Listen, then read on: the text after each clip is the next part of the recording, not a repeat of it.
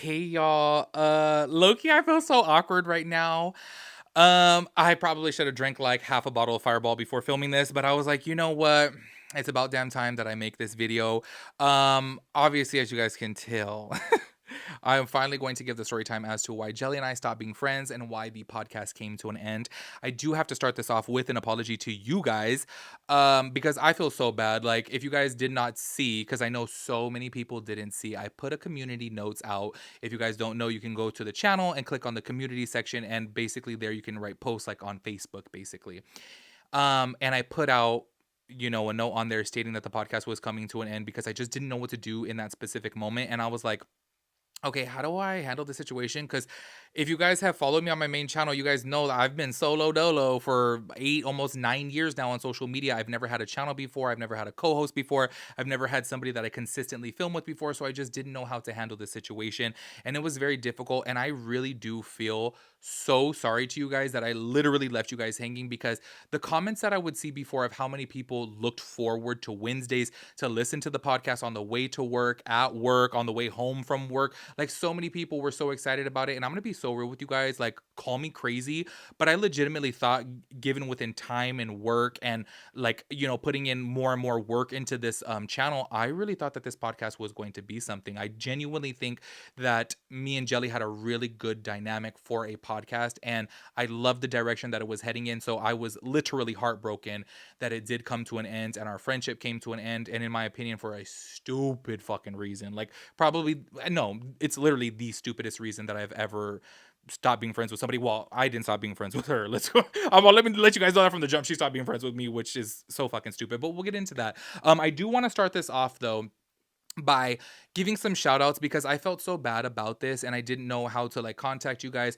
For those of you that don't know, like, we had a PO box listed down in the description box, and you guys had sent us things, and during this time we received a few packages, and I never got to publicly thank all of you guys that have sent us things, and I really felt bad for that, because I don't want to come across as ungrateful, and I really do appreciate you guys spending money and taking your time to mail this, and especially because damn, shipping stuff is so expensive. Like, literally was gonna send something to Arizona, and I was like, oh my gosh, why is that like literally one of the next states over from California, and this damn shipping is like almost $30? Like, it's insane. So I just do want to give a huge shout out to Danielle Zellman. I want to give a shout out to Karina, I pray that you are watching this, because y'all, she sent us a box, Jelly and I, of candles, as well as a shirt, or a shirt for each of us that had our slogan on it from the podcast. And I'm gonna be so real with you, Karina. Like, when I opened up your package, it was actually 2 days after Jelly and I had our,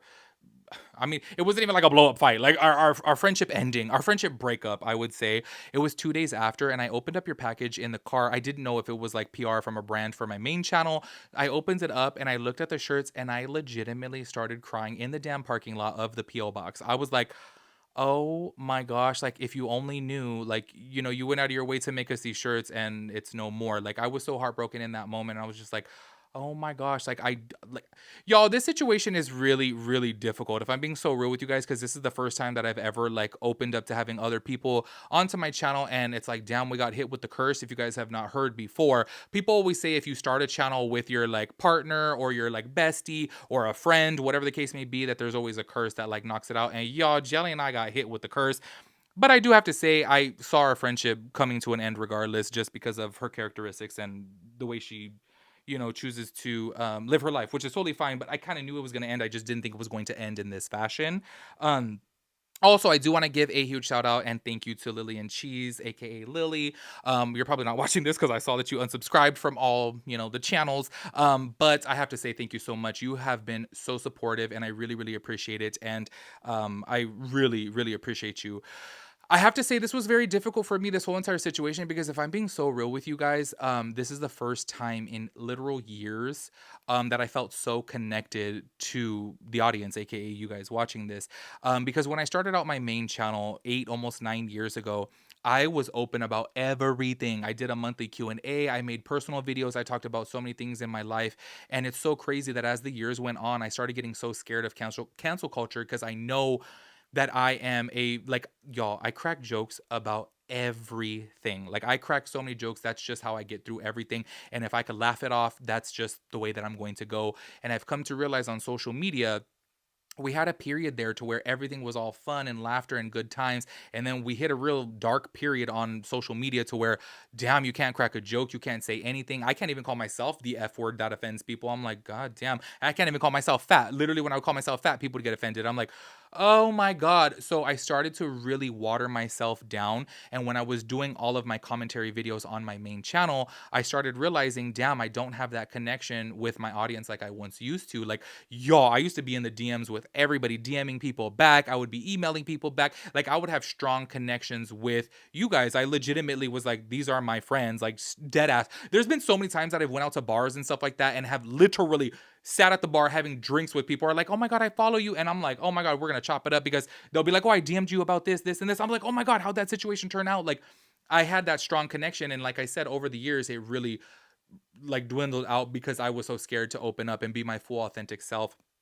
And it really sucks that within this podcast, I felt that connection again. And I thought that this was something that was going to last. And if I'm being so real with you guys, I thought that this podcast was really going to turn into something big. I thought, like, oh my gosh, like, this is going so well. We're being so consistent. We're being so well received, even though we were talking about extremely controversial topics, but we stuck true to ourselves, and we, gave our full authentic personalities out there, which was really difficult for me for a long time, because I'm like, damn, I'm so scared of cancel culture, which is so fucking stupid. Like, I need to just get over it. And I think that now, doing this podcast, I have gotten over it, but I really do feel like I owed an explanation to you guys. And I know that there were so many people out there, because I did go on live on my main channel a couple times, of saying like, oh my gosh, I'm just getting so overwhelmed with the emails, the DMs, the consistent comments all through all three of my channels, on the podcast, my main channel, and my travel account. I'm like, oh my gosh, there's comments everywhere. What happened with you and Jelly? How come the podcast came to an end? When are you going to upload again? Like, it just would not stop, and still till this day. And this is like, what, 5 months later? Like, it's been so long now, and I'm still receiving so many comments about it. And I felt like I did owe it to you guys.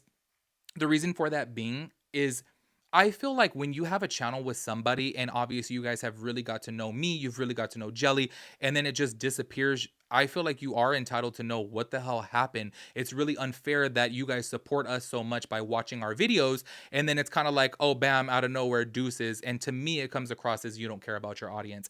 And I never wanted to come across that way, because I wholeheartedly appreciate all of you guys. If you guys have watched the podcast before, obviously we were very interactive. We would talk about your guys' comments in the videos. We would react to your guys' comments down below. Like, I legitimately thought this was a full community right here, and I feel like it was growing for the better and the better and the better. And I appreciated it so much. So honestly, I was so heartbroken that it had came to an end, especially for such a stupid fucking reason. I feel like I'm 14 again. Like, to be quite honest with you, I feel like the reason why this friendship came to an end is so fucking juvenile. I feel like I'm back in high school, and to me, it's just ridiculous. And I never would have chose to end this friendship over something so dumb. But this is where people's ego and their pride get the best of them, and this is how they end up losing people in their life. Which is unfortunate. Y'all, let me give you a little review of this, because I'm trying these seltzers right here. These are from Sam's Club, aka Members Mark. Y'all, I saw that there was a 24 pack for $20, and I said, bitch, bet, I'm balling on a budget. Let me go ahead and get these. They're 86 calories, but only 4.3% alcohol. This one is passion fruit, key lime, and it's actually pretty good. It's not bad. It does leave like a, I don't know, not an aftertaste in my mouth, but it leaves my mouth like foamy. Do you know what I mean? Like, I'm like, fuck, I'm like really thirsty now. I want to let you guys know this before going into the full story time. First of all, I did write down notes, because I do want to keep this in chronological order. Obviously, it's been so many months now that I want to make sure I have everything factually right. Also, I do want to say this before going into this. I am not making this in any way or fashion to spread hate to Jelly or anything like that. Like, honestly, I still have love for her, and I don't wish any bad upon her. But I do want to be real with you guys and let you guys know, obviously, you guys are hearing this story from my perspective, and she's not here to share her perspective. She's obviously more than welcome to leave her perspective down below, and her thoughts and opinions and whatever down below, if she decides to watch this video. So I do want to say that it is obviously going to come off a bit one-sided, being that I am the only one speaking about this. I think in a perfect world, only because I do totally fine with confrontation, I think that this would have been great if her and I were going to end this podcast. I think it would have been really nice to have a sit down and say goodbye to you guys. But I have definitely learned that Jelly does not care about anybody. Like, honestly, like, I'm not even throwing shade. Like, that's just the facts. And hey, to each their own. Live your life how you want to live your life. And I have definitely just realized that Jelly is one fucking cold hearted person. I am not talking shit. I'm not throwing shade because I feel like at the end of the day, you only have one life to live, and do whatever is going to suit you, do whatever is going to benefit you, and live your life however you want. But I have learned the hard way that I'm like, oh, this is one cold hearted bitch right here. Okay. So I'm letting you guys know this. Please don't, like, throw shade, hate, or whatever, because obviously I'm literally just telling you guys this story. But I am, like, the reason why I have so many notes about this is because I do want to get all the facts straight. Obviously, my feelings are going to be put out there, because I'm gonna keep it so real with you guys, like, straight up, this friendship legitimately was the worst for me. I'm gonna be so real with you guys. Like, it dead ass took me probably about a month and a half to actually even stop talking about it, to stop thinking about it, because I'm like, we were so close. Like, we were so damn close. And also, too, let me preface on this, or let me explain a little bit further on this, because I have seen, and somebody DM'd me, emailed me, saying, you and Jelly are so close. You guys have to work this out. You guys have been friends for so long. Me and Jelly have not been friends for so long. We have known each other for a long time, being that I am friends with Genevieve. Genevieve and I went to middle school together. So we went to middle school together for 3 years, and then she went to a different high school. I went to a different high school, but then we, like, relinked up after high school when we were 18 years old. And from then, me and Genevieve were super, super close for years, years, years, years, years. So during that whole entire time, from 18 up until when I started kicking it with Jelly, which I want to say I was like 31, maybe. Yeah, 31, 31, maybe 32. I had not hung out with Jelly one single time, and that's because she's just that type of person that gets wrapped up in her relationships and doesn't really kick it with anybody else. She's solely in that relationship, and everyone else is on the sidelines. So she's just that way. Do you know what I mean? So I'm like, I just do want to explain that, because so many people are like, you guys have been friends for so long. And I'm like, no, we really have only been close for about 2.5 years. So I do want to throw that out there. But I will say this, though, within the 2.5 years, we got extremely, extremely close.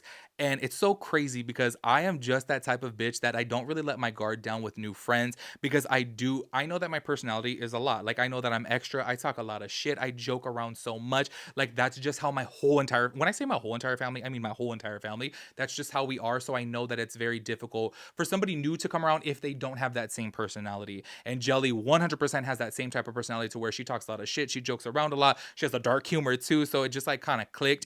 And I think that it's so unfortunate because y'all do not bring around very many friends around my family. And she went on multiple family trips with us. She went to, all family gatherings and whatnot. And it's just like, it's really unfortunate, I have to say.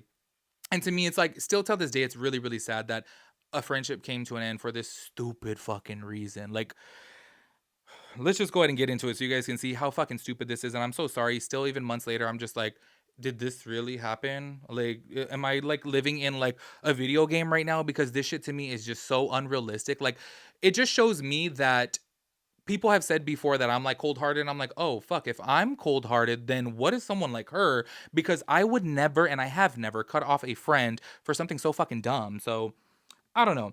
Anyways, I hope that you guys have watched our episodes before, and I hope you guys know who Dallas is, because this is 100% entirely all around Dallas. And basically, just to give you guys a little bit of context, if you guys don't know who Dallas is, but we did talk about him in several different episodes. This was somebody that Jelly was dating for a short period of time, and this guy led her on and really, really hurt her. Um, and also, I do have to, like, explain on that if I see my friend hurt, I'm hurt for them. I am that type of person that, like, if somebody fucks over my friend, then I'm pissed at them. And it's so crazy that I wish that I could change that about myself, because I think that if I could change that about myself, we would be in a different situation right now. But the fact that I care so much, it can be a problem. And I think that that sucks, because at the end of the day, people can go off and live whatever life they want to live and choose whoever they want to choose. And I think that it sucks, because it's like, you know what, if they decide to move on with their life, I guess maybe you should too, but it doesn't stop the disappointment. And I think that's where things fall. So it goes around Dallas. If you guys don't recall, they were dating for a while. He basically cut it off, and she was really heartbroken by that. And yeah, they didn't talk for a while. I do have to say this, going into the story time now. On whatever Mother's Day was, I want to say like May 12th or something like that of this year, 2024. He did hit her up, and he left her a voicemail, and he was, like, completely obliterated. Okay. And this is just my opinions about the situation. I feel like if a man is trying to win you back over after completely fucking you over and really hurting you, I think you sending a completely shit-faced voicemail is not a good start. But I do have to say this, I have come to learn that there is a lot of people out there who settle for the bare minimum, and they're like, "Oh, he called me." Like, "Oh my gosh," it's like, "Yeah, he called you completely fucking obliterated, clearly not making any sense and not even showing any type of effort." Like, to me, I guess I get, and this is why I've been single for so long, is because I don't settle for the bare minimum. I know exactly what I deserve, I know what I bring to the table, and I know my worth, and I think a lot of people out there don't, and I think it's really unfortunate that they don't. So anyways, on Mother's Day, he had hit her up, and I heard the voicemail and I was like, "Oh, he is fucking shit-faced." Nonetheless, in my opinion, and I guess that her and I never really had a conversation about this, I think that she was thinking about him for a while, because I do think that she did really like him. But at the end of the day, if she was going to, plan to get back with him, I would 100% support that. I do think that people deserve a second chance, even if they did fuck up. Lord knows I've made my mistakes. Do you know what I mean? So I feel like everybody does deserve a second chance, but I do think they have to work for that, especially within this circumstance. I'm not going to put her full business out there as to how she was feeling during this situation, but obviously he fucked her over, and I was the one there to pick up the pieces and talk to her every day, every night, and literally console her during this whole entire period that they weren't talking, which I want to say was about 3 months. And I think that that sucks. And obviously, I'm going to feel some type of way, because if I see my friend her, obviously, and then I'm like, fuck this motherfucker, like obviously, I'm going to feel some type of way too. I'm not just going to brush that over, but eventually, I would 100% be like, oh, okay, like he's changed. He was sorry. He, apologized, and he really shown that he's, better than cool, right?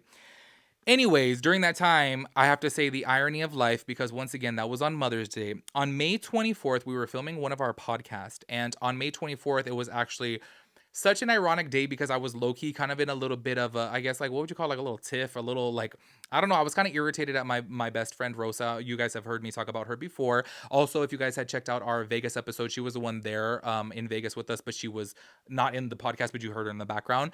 I was a little irritated at her, because we did have plans, or so I thought we had plans, to go out for her cousin's birthday. And I had told Jelly, after we film our podcast, let's go out with them. She'll tell us where she's gonna go or whatever.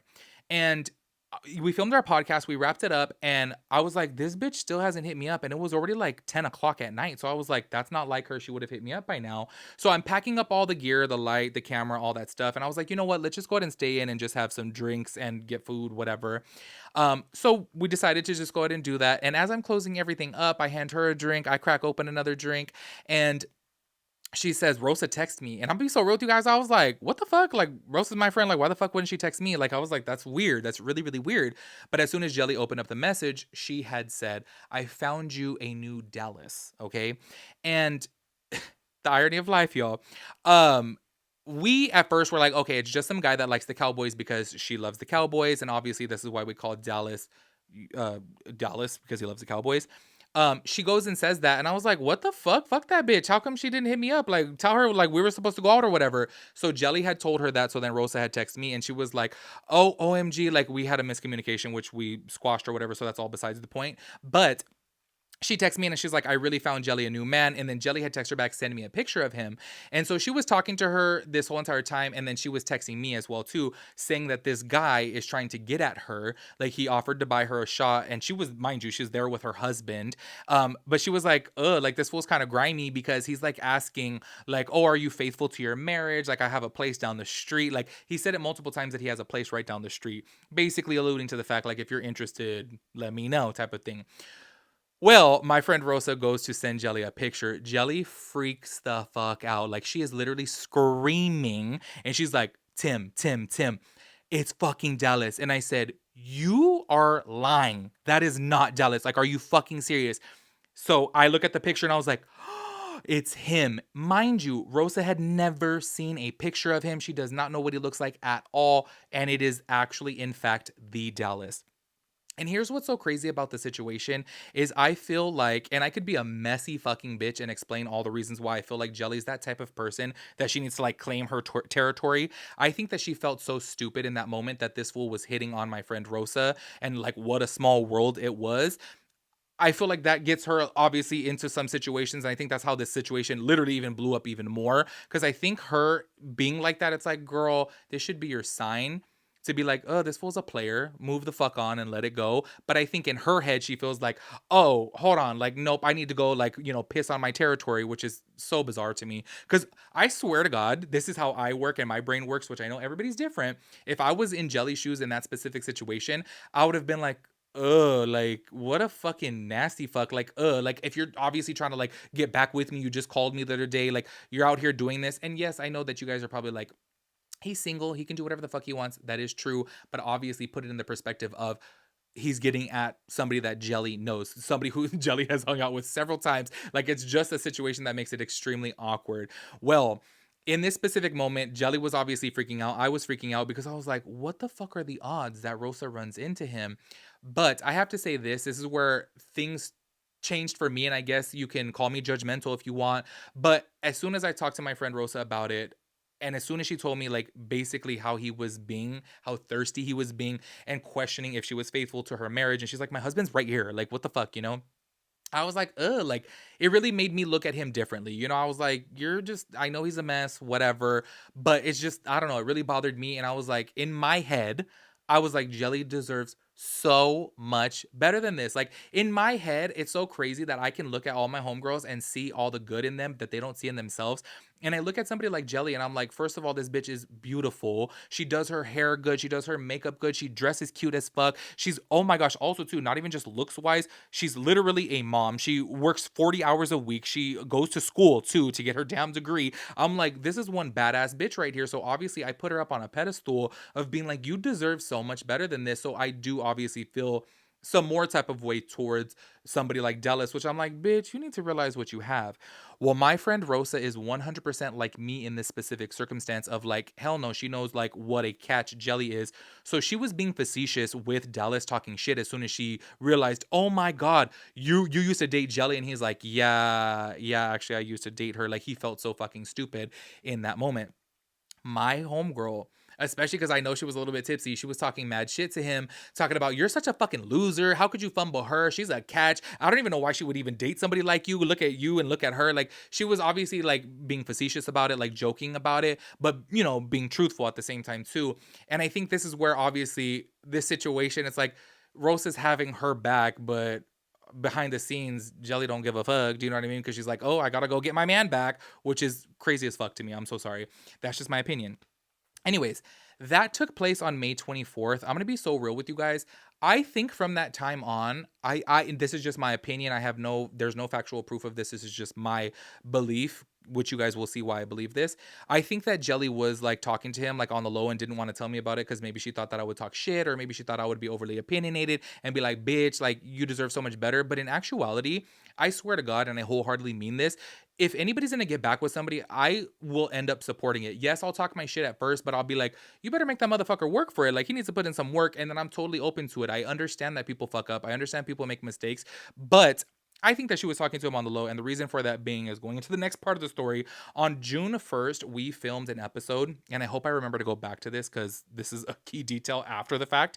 On June 1st, we filmed our deepest episode. It would have been our longest episode. It was actually almost 2 hours and 30 minutes long, which you guys never got to see that episode because literally that night everything went to fucking shit. I still have that episode though, and I was like, I want to put a fucking clip of it in there because it's just so ironic. You guys will see in a bit if I remember to go back to it.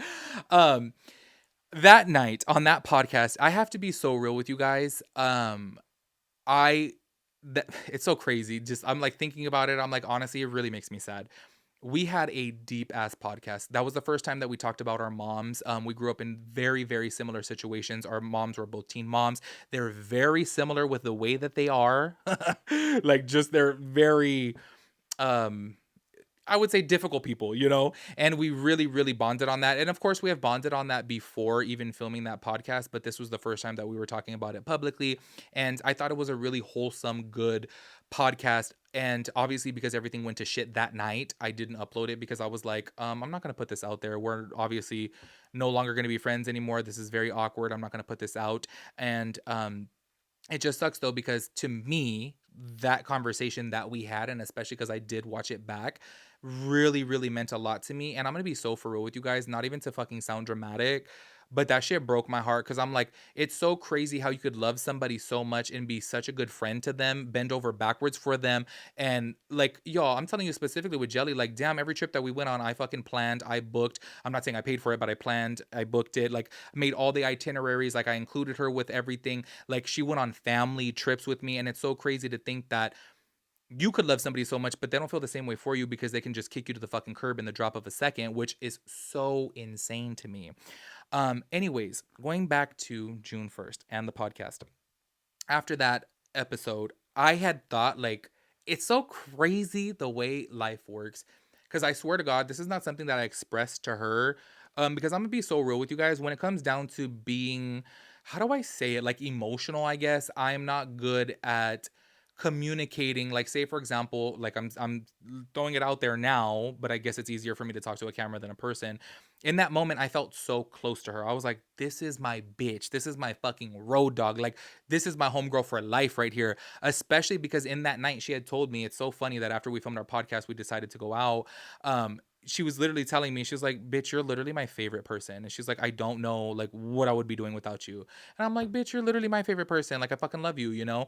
Obviously, in that moment, it's hard for me to say those things, but it's like, damn, I really appreciated that. But it's clear to see that it never really meant anything because our friendship wouldn't have ended. You know what I mean? Especially too, I have to say this, like this being our first, like, I would say blow up. Well, not even, it wasn't even a fucking blow up argument, honestly. But our first big situation, the fact that like we haven't even talked is crazy to me. But whatever. Let me get back to the story time. I'm like, I'll talk about my feelings after. That night after we filmed our podcast, we were like, okay, let's go out. And she wanted to go out to Second Street, which is specifically the area to where Dallas had ran into Rosa, or Rosa ran into Dallas, whatever the fuck, right? I knew in my head that I was like, oh, this bitch like wants to like see if she runs into him, because she knew at that time that he got a new apartment and he's living down there, and clearly he's gonna be there probably on a Friday night. So we go and we're gonna go to Dogs, fucking Dogs. If you guys have seen our episode before, Dogs, I swear I will not step foot in there again. Every single time I've been into Dog's Bar, it has just been a fucking shit show. I hate that place. Like, honestly, fuck that place. We went there because we were just gonna get a Happy Dad, and then we are gonna meet up with my homegirl Liz after at some other bars right down the street. So we started our night right there, and of course, as soon as we go to sit down at the bar, which by the way was dead, but we were like, no, we just want to get a grape Happy Dad, and we sit down, order our drinks, literally crack that shit open, take a drink of it, and out the corner of my eye, I'm like, why the fuck is this man standing right behind Jelly? Like the bar is empty. Like literally, like there was probably like 25 people in there. It was actually pretty dead, which was weird for a Friday night. But nonetheless, so I turn and I'm like, oh my God, that's fucking Dallas. And I look at her like with a fucking like, you know, a deer in the headlight stare. She was like, is he behind me? And I was like, yes, bitch. And the way that she turned around, so excited like a fucking kid on Christmas, and grabbed him and hugged him so tight, I was sitting here like, I'm gonna be so real with you guys. I felt fucking stupid because I'm sitting here like, oh, so I guess she must have been talking to him all along, because damn, how are you gonna go and greet this man with such warm welcomes when the last I know about it, he broke your fucking heart because he led you on and fucking literally told you all this fucking shit and talked a good game in your ear, and then literally just said, oh, this is not working out for me, and cut you off. Like, so in my head, I'm sitting here like, oh, what the fuck? Like, low-key, I found a little stupid, to be honest with you. By the way, this was my very first time meeting him in person. I have met him before on FaceTime. We have talked a few times on FaceTime before. Well, Jelly and I have been out. But this was my first time meeting him in person. And obviously, given the circumstances, being that he fucking led her on and hurt her, and obviously how he was being a fucking dog to my best friend Rosa, I was just like, towards him, right? So she said, this is my bestie, Tim. And he goes to shake my hand. And me being the petty little fucking bitch that I am, I'm like, and I literally like put my hand out like a fucking diva, like to shake his hand. And I literally like rolled my eyes and like looked away to make it be known, like, bitch, you're on my shit list, you know? Which in this moment, I have to be honest with you guys. This is where I'm like, damn, I kind of like low key regret being protective of my friends, because I look fucking stupid. Because literally as soon as I shake his hand, she grabs him and she just full on just starts making out with him. Like straight up like, wow, eating his fucking face. And I'm sitting there like, oh, this bitch is gonna bust a power move. She's gonna bust a power move. She's gonna make out with him, flip her fucking hair, and say, deuces, bitch, this is what you missed out on. That's what I was thinking, okay? No, I'm fucking stupid. I am so stupid to think that, you know, she knows her worth and she knows her value. And it's so crazy because in my moment, in that moment, in my head, I was like, she's gonna show that she's a bad bitch right now. That did not come. I sat there for, I want to say, probably about 10 minutes, and they're just going at it, literally going at it. And I'm sitting there like, oh my, I was texting my friend Rosa. I was like, girl, you cannot fucking believe what is going on right now. And she kind of like already had a clue. She was like, did you guys run into Dallas? I said, bitch, I'm gonna tell you all about it later. I felt extremely stupid in this moment because I think it's, how do I say this? Like such a, I don't know, like, yeah, you just feel embarrassed in the moment that I'm like, here I am being an asshole to this guy because he hurt you, but then you're over here just throwing yourself at him just immediately and not even making him work for it. Motherfucker didn't even buy you, like, let him buy you a drink first at least. Shit, get fucking something out of it, you know? I'm sitting there thinking to myself, damn, I look so stupid. And I think that it's, I don't know, it was a really eye-opening situation, and now I'm, like, taking a step back, and now I know that I don't think that I would be as protective, over a friend again, because it's like, look how quick you can look stupid. Do you know what I mean? But it is crazy that I thought, given in our age, like, Jelly's a mom, like, we're, 34 and 33, like, I thought that she would have enough pride and ego to be like, "You know what? Maybe I do wanna get back with him, but Imma make this bitch work for it," but that's clearly not the case. Anyways, I was no longer going to sit there because I do have to say this, I think, I guess maybe it's the Pisces in me. I started letting my emotions get the best of me to where I'm like, ugh, like I started getting very irritated at her because I felt so disappointed in her that she was immediately just throwing herself back to him. Like, I was like, girl, like, I'm just keeping it real. She looked so desperate and so thirsty that I was just like, girl, come on. Like, for this fucking loser, like, we started off calling him five because he's a fucking five, and you're literally just being so thirsty over him. Like, damn, I was so disappointed in her. And I know that to some people that it could be like, bitch, it's her life, let her do whatever she wants. But how do I switch my feelings? How do I switch my feelings off and just be like, oh, whatever, when clearly I'm the fucking third wheel now all of a sudden to somebody who fucked her over, and I'm just like, oh wow, this is my first time meeting you, and she's immediately fucking throwing it at you. Like, goddamn, like, it's a very difficult situation for me to just, sit there. So I decided it was best for me to leave. I grabbed my fucking Happy Dad, y'all. I was wearing a hoodie, and I literally put the Happy Dad in my hoodie, and I was like walking out with it in my pocket. And to add insult to injury, I sat outside waiting for about 15 minutes, probably a little bit more than 15 minutes, thinking that she was gonna come out, thinking that she was gonna call me, thinking that she was gonna text me. No, no, not at all. So I hit up my friend Liz. I was like, bitch, where are you at? I need to get the fuck out of here. And she told me, oh, she's right down at the bar. So I was like, perfect. I'm gonna head down over there, get away from this, because I know me. And I know that I would have been such a fucking asshole to him. And I would have been probably saying to her, girl, I'm fucking disappointed in you. And then I obviously would have killed the whole vibe. So it was better for me to just leave within that moment. I didn't text her anything. I didn't say anything. After the fact, though, I was telling my friend Liz about the situation because obviously I needed to fucking vent about it. Jelly started blowing up my phone. And I told my friend Liz, I need to ignore her because I know me, and especially because I had some drinks in me, I know that I'm gonna talk shit and tell her how fucking disappointed I am. And even Liz was like, no, like, just don't respond to her. Let it go. Like, don't talk about it. Wait until tomorrow or something. And I was like, okay, you're right, you're right, you're right. Well, we ended up going back to my friend Liz's house, right? And literally, as I'm walking in the door, Jelly's mom called me, and or sorry, text me, and she said, hey, is Jelly with you? She's not answering my phone. So I wrote to her, I said, bitch, you're a mess, your mom's calling me, call her back. And she's like, I got it handled, I'm okay, blah blah blah. And she starts blowing up my phone again. And I was telling my friend Liz, I was like, because I checked her location, she was already back to his apartment at this time. So I was like, I don't know why she's blowing up my phone, like, girl, I want to say she probably called me like 16 times. Like, it was a fucking shitload of times, like text, and maybe it wasn't 16 calls, maybe it was 16 notifications from her. So then I just kind of snapped. I'm gonna be honest with you guys. In that moment, I did let my emotions get the best of me, and I was like, "Girl, you are so fucking desperate. Like, you look so fucking messy. Like, like, I was so frustrated with her." So literally, that was my message, by the way. And by the way, me saying, "Bitch, you're fucking desperate." That's what ended our friendship. Me calling her desperate, because apparently me calling her desperate hurt her ego so much that she had to cut me off, which I find so bizarre because she lets men treat her like absolute dog shit and she won't cut them off. But me, who somebody means the most to her and is her bestie, she can cut off for calling her desperate, is fucking crazy to me. I have to be honest with you guys. Like, I don't think that I'll ever wrap my head around it because I have never, in my 34 years of living and having several different friendships, I have never had somebody cut me off for me being real with them and saying you're fucking desperate or you're fucking thirsty. Because I am and will always be that fucking person who, if I think my friend is acting messy, desperate, sloppy, being a bitch, being a dick, being an asshole, whatever the case is, I'm always going to say it. However I feel, I'm going to fucking say it. Like, I'm not friends with these people just to be like, oh, hey, everything's fine and dandy. Like, no, bitch. People have called me out on my shit before too. And that's how I'm like, oh, am I really being that way? Oh my God. Like, let me be a little bit more self aware. I'm always going to be that way about people that I care about. And Jelly, I had thought straight the fuck up, especially if you guys watch the podcast, you guys know how we talk to each other. We literally, well, actually, me and all my friends, we all call each other bitch. We all crack jokes. Like, we're all just those type of people. You know, I'm sure a lot of you guys are like that too. So I thought like it's not even that big of a deal that I'm just saying, bitch, you're being fucking messy. Like you're being fucking desperate. You know, I really didn't think it was that much because if I'm being real, I wanted to fucking say, I am so fucking disappointed in you. Like you deserve so much fucking better. Like you're a badass fucking bitch. But then I was like, let me not, because it's her life. She's gonna do whatever the fuck she wants to do. And I need to just take a step back and let her do her thing. Well, the next morning, she had texted me basically to that message, and because that night she had wrote back to it, she said, "Oh, okay," and I was like, "Let me just not even like I'm not even gonna write back to her. Like, no, I shouldn't have even sent that message, even though I want till this day and our whole friendship ending, I 100% stand by that, and I'll never apologize for calling her desperate. In that moment, she was being so desperate, and y'all, I'm gonna get into how ironic that word desperate kicked into gear right after that.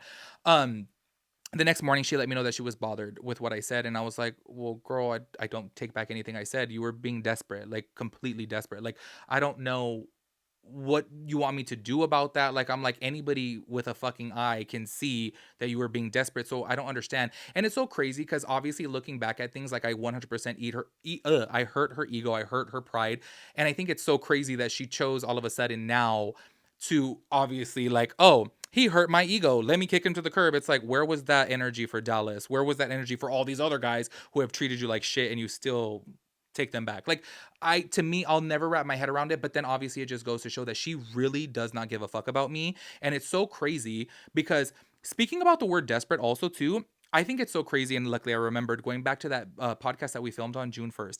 And I was like, I want to be messy and put the fucking clip in here just so you guys can see the way I reacted to. In that podcast, I cracked a joke about me being a sociopath.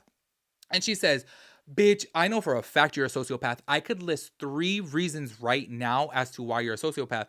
And I said, okay, bitch, let's go ahead and hear it. Like, why do you think I'm a sociopath? And she was like, you're detached, which by the way, she has said numerous times. I've realized it's so fucking funny.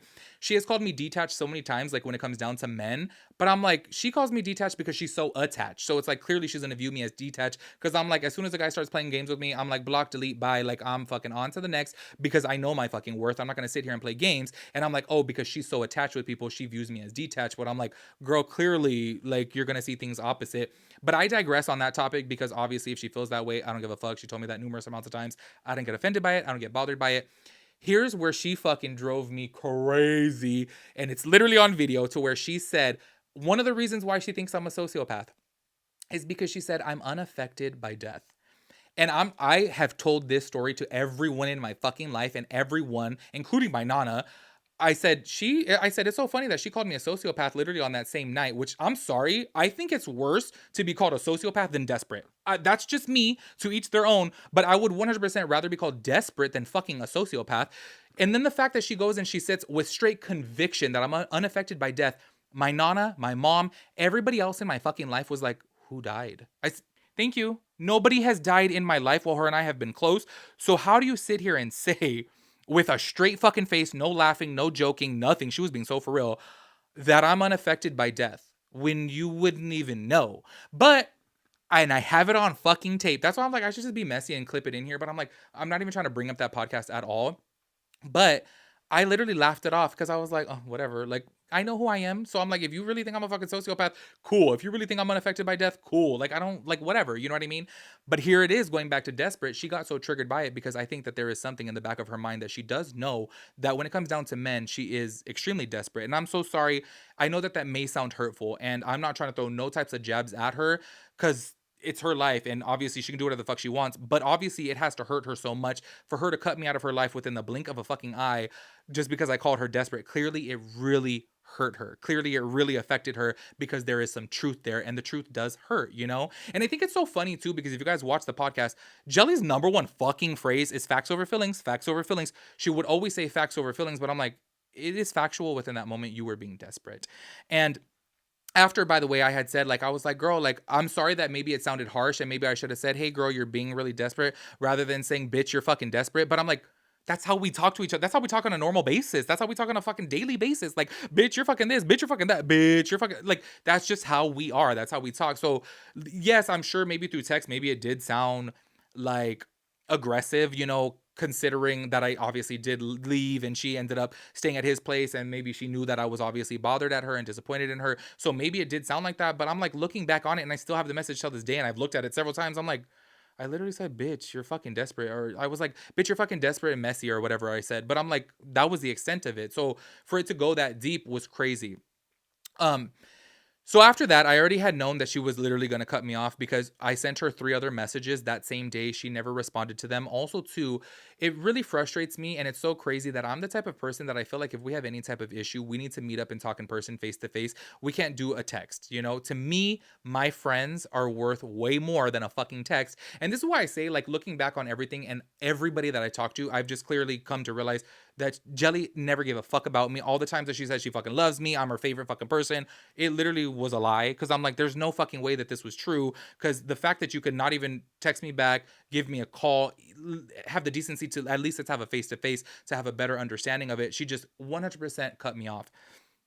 Well, that was on Friday, right? Well, that technically was on Saturday because it was the morning after. And I'm like, the more that I thought about things, I was like, I can never apologize for this because I'm sorry. When I apologize, I wholeheartedly fucking mean it. I'm not going to give you a bullshit apology just to save our friendship. I thought about the situation. I analyzed the situation. She looked completely thirsty, aka desperate. It's the same fucking thing. So I'm not going to apologize for that. And here we are, how many months later, and I'm still not going to apologize for that because I feel in that moment she was completely desperate, which it is what it is. Like, goddamn, you know what I mean? Like, I'm not gonna apologize for that.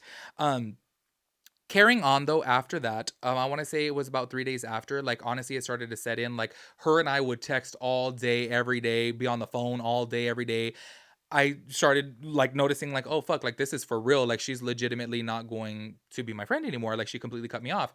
On Wednesday, right after that had happened, so the Saturday that we had our little conversation, me and her sister Genevieve hung out on Wednesday, and I told her about the whole situation, and I read her the message too, and I don't even want to throw her into the mix because they're sisters at the end of the day, and I don't want to be messy and say, she said this or whatever. But I will say that I showed her the message, and she was like, "Bitch, you better always keep it real with me," because I had made a comment. I was like, "Fuck, now I know to never fucking call my friend out for being desperate again." And she was like, bitch, you better fucking let me know when I'm being desperate. It's so crazy that after that, because I'm just this type of person that I need to find somebody to disagree with me so that way I have a different understanding of it, so I can have a different perspective of it. And I think within that moment, which, hold on one second, I'm like, my mouth is so foamy. Within that moment, straight up, y'all, I don't ever confide in my mom about anything because my mom has always been the type of person that everything that I do, like, yo, I could be walking down the street and somebody could stab me, and my mom would literally be like, he did something to deserve that. Like, I know he provoked it. He provoked it. My mom has always been that way since I was a fucking kid up until I'm an adult. So I said, you know what? I don't talk to my mom. I don't confide in her about shit. I said, I'm gonna talk to my mom about this. I'm gonna read her the messages directly, okay? And tell her the story, read her the messages.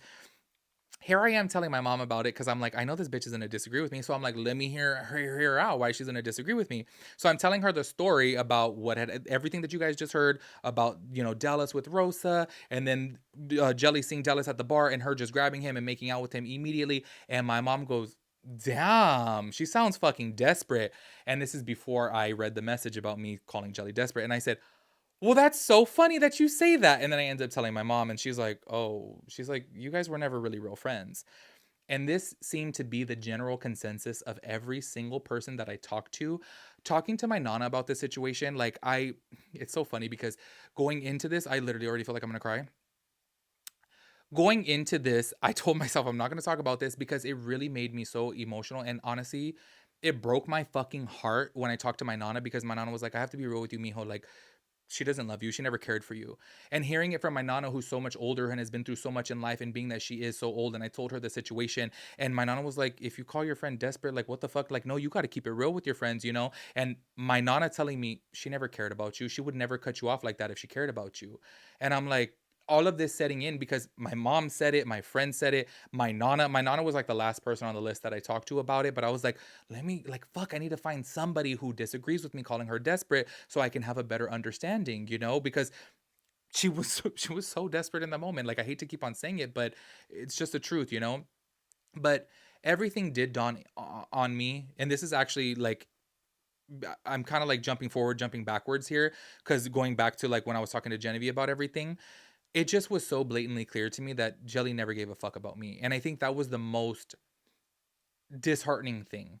That was the most heartbreaking thing to me because I loved her so much. Like she's been on so many family trips with me. Like, yo, I was planning a trip with just my brother to go to Japan and then she tagged along. We had the time of our fucking lives. She's been to family trips to Vegas, family trips to Laughlin. Like she has been around for so much. And it really just broke my heart to know that I cared about her so much and she don't give a fuck about me. And I felt like I was so disposable. Like I was just trash, kicked to the curb. The fact that I called her desperate and the fuck that makes me Satan for calling her desperate. I don't know. It's still to this day, to be straight up with you, I'm still hurt by that because I'm like, damn, it's clear as day to know that she really doesn't care about me. In that moment, talking to her sister about it, and I was reading her the messages, I had saw that Jelly turned off her location for me. So I was like, oh shit, like we're really like no longer friends, like at all. And it's so crazy. Come Friday, which is 2 days later after that situation, I had went over to my friend Liz's house because I had to tell her about the aftermath of what had happened. My friend Liz is literally the most sensitive person that I know. So I was like, I have to tell her about everything too because maybe she's going to have a different perspective, which, by the way, she still didn't really have a different perspective.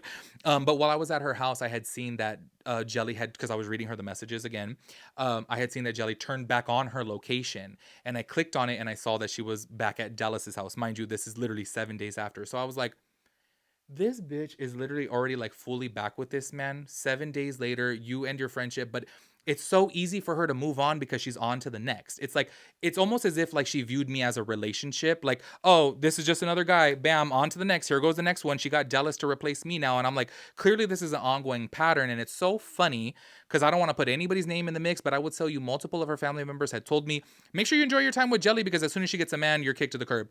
Multiple of her family members told me that. And I'm like, well, fuck, it's clear as day now. Now I fucking see. Like, damn, everyone is so replaceable to her, which is so crazy to me. And obviously, once again, makes me feel like trash. So I had saw that she turned on her location or whatever. I ended up drinking big time with my friend Liz, and I ended up getting so drunk. And of course, I let my emotions get the best of me. And this is where I fucked up. And still to this day, I regret this. I sent Jelly a fucked up message. Let me tell y'all, as soon as I obviously realized, oh, this friendship is over, and obviously I talked to everyone, and everyone's like, oh, bitch, she don't give a fuck about you. Like, that's really hurting, hurtful. Oh my gosh, I can't think of the right damn sense. Um, so I obviously was going through it. I got drunk, and I'm not blaming the alcohol because Lord knows that these were unresolved feelings within me. And obviously, it's easier to talk shit to somebody rather than say, I am so hurt by this.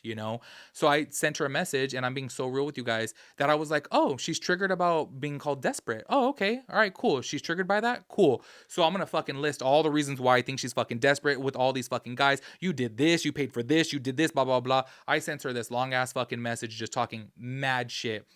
And it's so crazy because 100% I look back on the message and I was like, I was fucking blowing shit up, making shit up. Like literally, I was just talking shit because obviously I was trying to hurt her back. And it goes back to the good old saying of hurt people hurt people.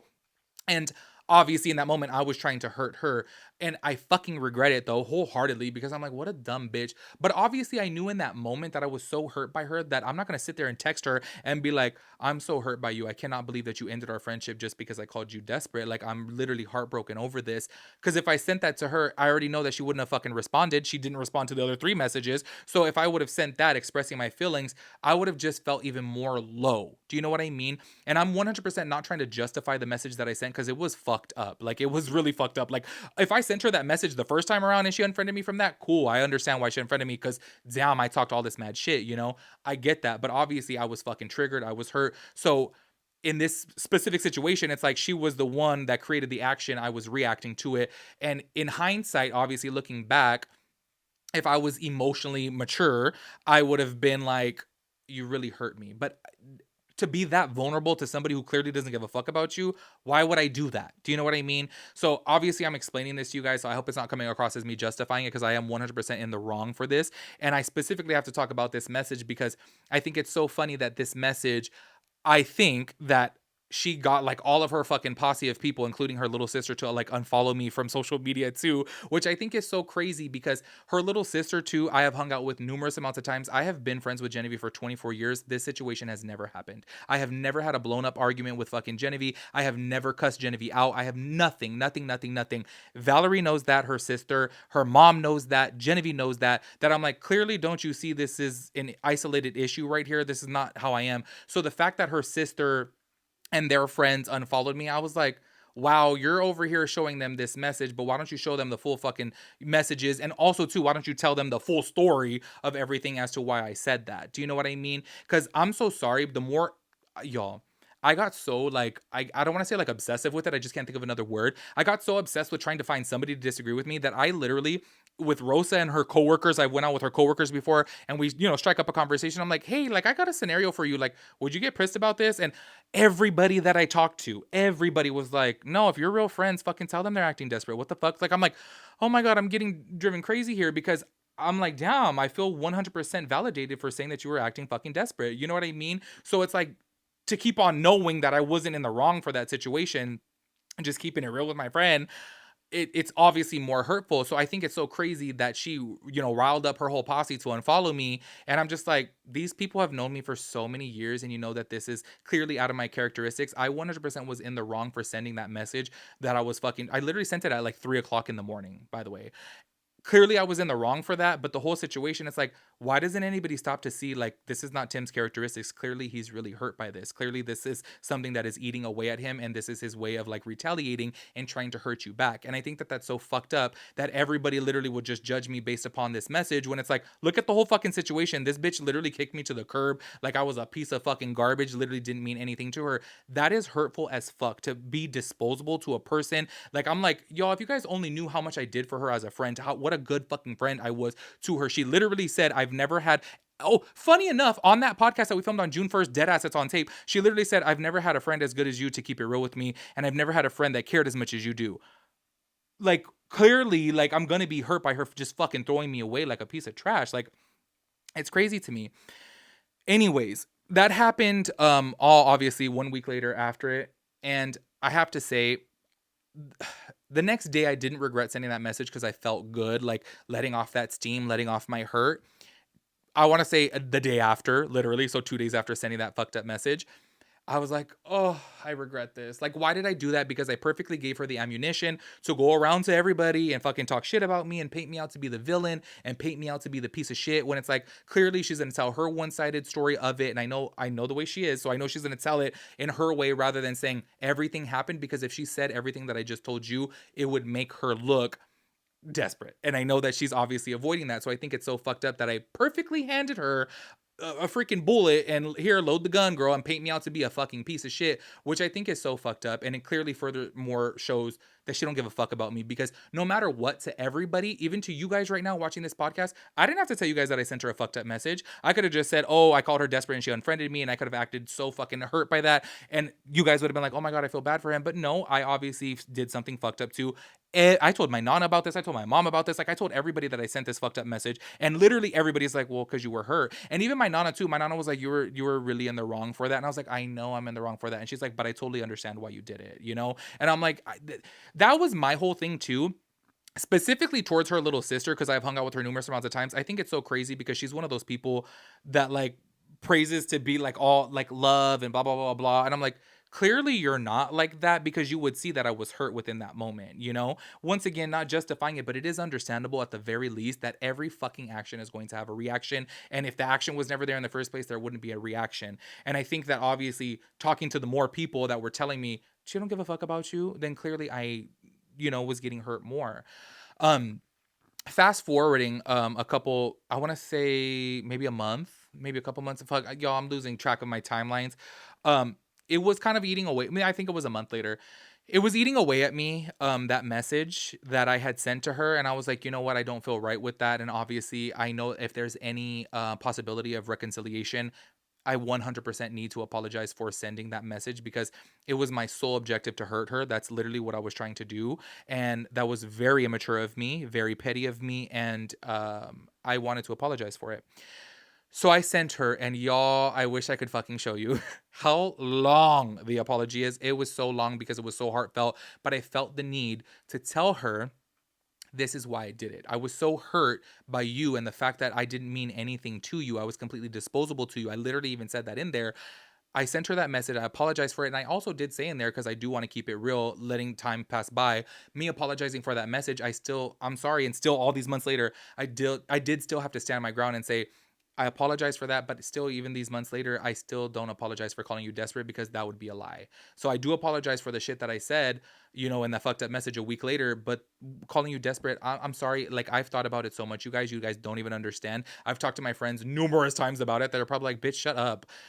I will never apologize for calling her desperate. I never will. I never will because to me, apology for me means something. It means a change of behavior, and I'm always going to keep it real. I'm never going to change that. There's no other word. There's no nice word for me to use for desperate, and I'm not sorry for it. I'm really not sorry for it. I'm sorry for that message that I had sent to her a week later, and I'm sorry for that only.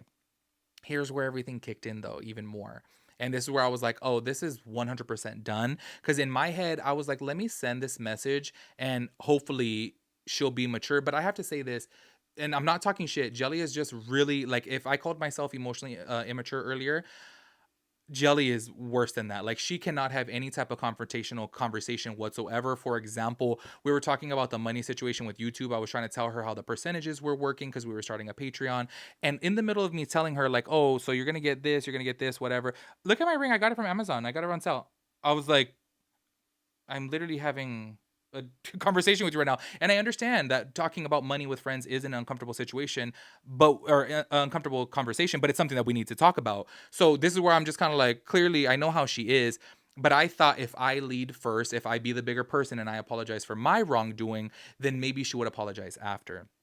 I did let her know in that message as well too that I do plan on making a video discussing this whole entire situation, and I wanted to let her know way in advance that I was going to be talking about this because I didn't want anything to come across as malicious, that I was like taking a jab at her, like publicly talking shit about her. None of that. Like, to be quite honest with you guys, I was totally open to if she wrote back like, I would like to be on the podcast and let's end it out after that. I would have been 100% game for that.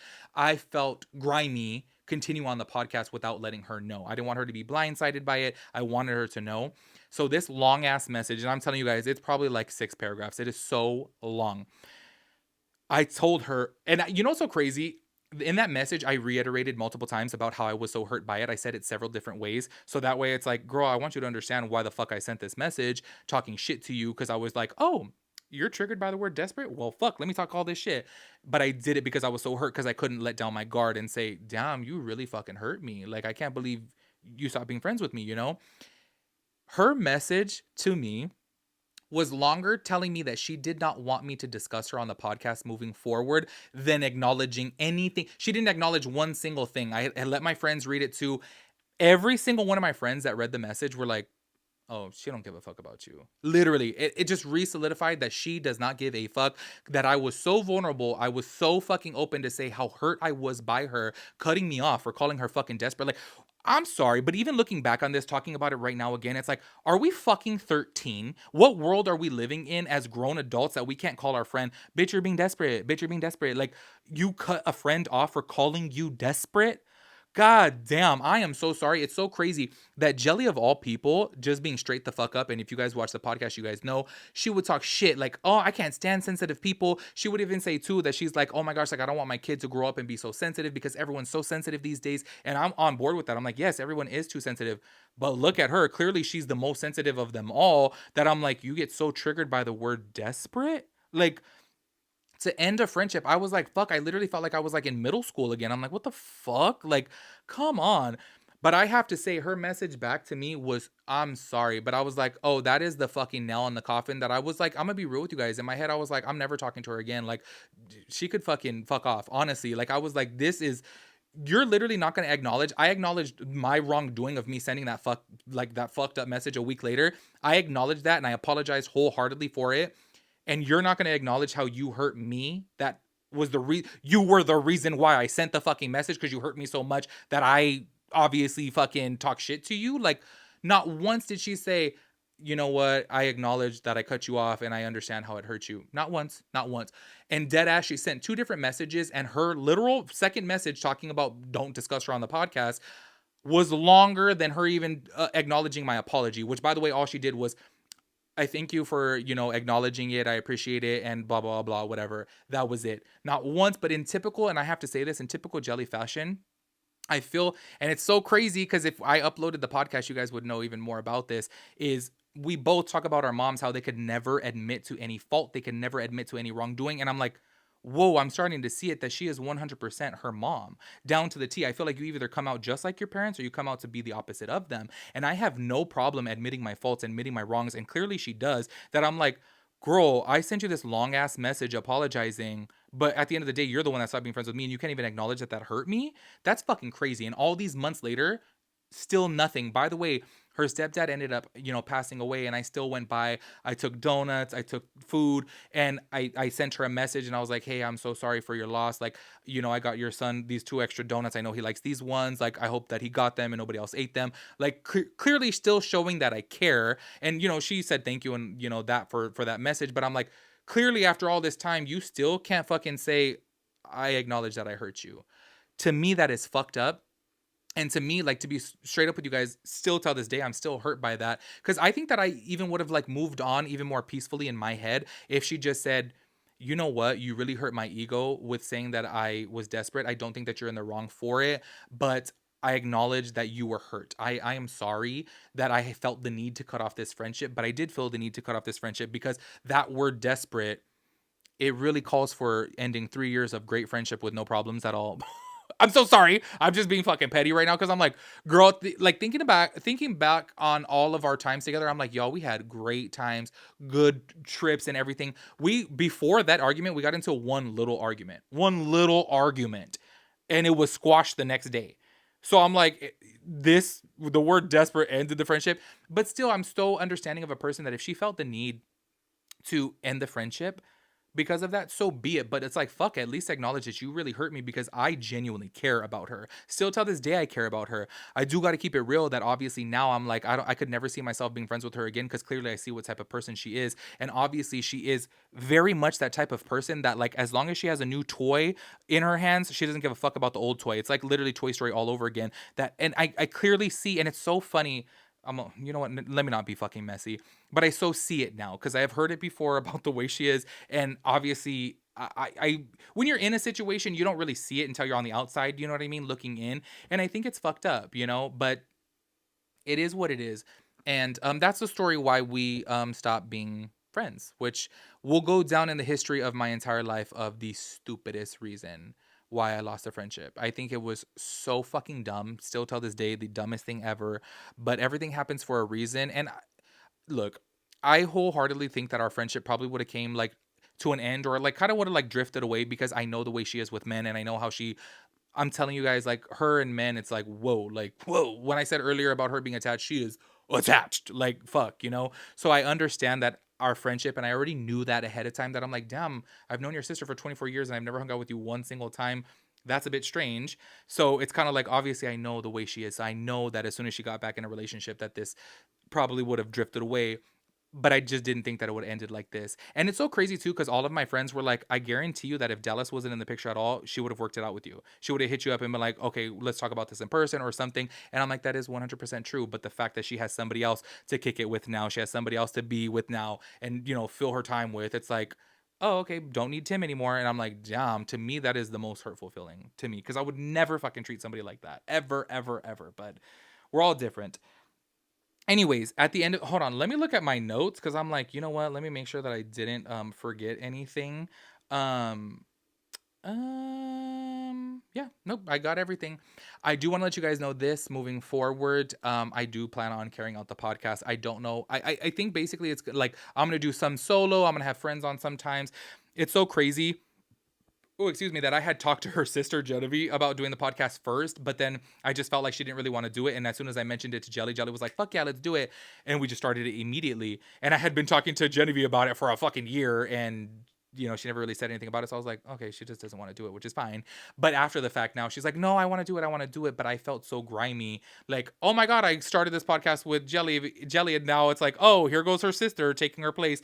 I felt grimy about that. But clearly, it's so funny because I was talking to one of my friends and I'm like, why do you give a fuck? Clearly, Jelly doesn't give a fuck about you. So, like, why do you care? And I'm like, I don't know. I just feel like that looks shady. But I need to learn to stop caring, honestly. So please, if you guys want to stay subscribed, if you guys, I totally understand. Obviously, the dynamic is going to change. The podcast is obviously going to be a little bit different now because I really do have to say this. I felt like Jelly and I had a great dynamic and great conversation, really great conversation. So it is going to be different, and I'm letting you guys know that I totally understand if you guys unsubscribe. I do plan on doing some solo. I do plan on bringing some friends on. But that's going to be the direction of it. And yeah.